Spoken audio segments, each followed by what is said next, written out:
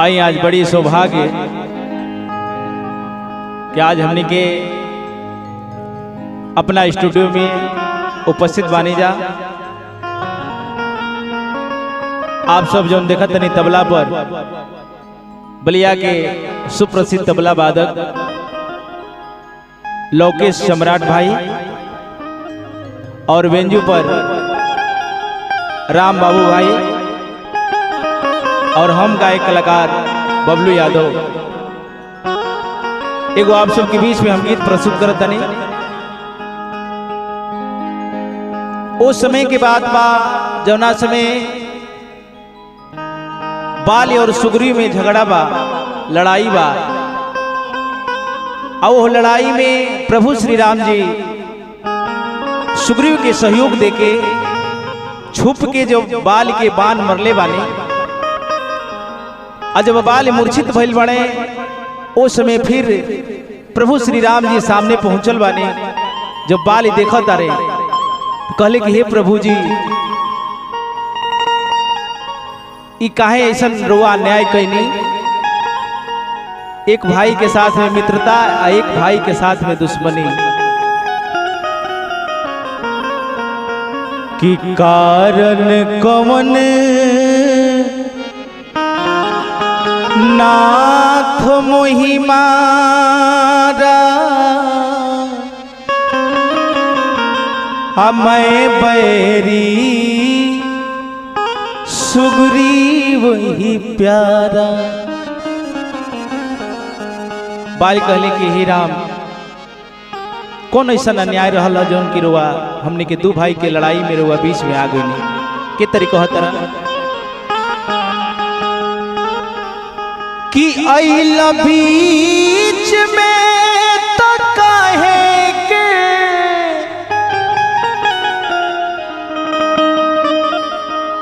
अइला बीच में तो काहे के अरे लुका गइल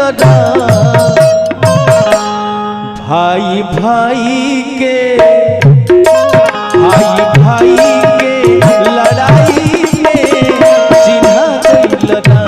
भाई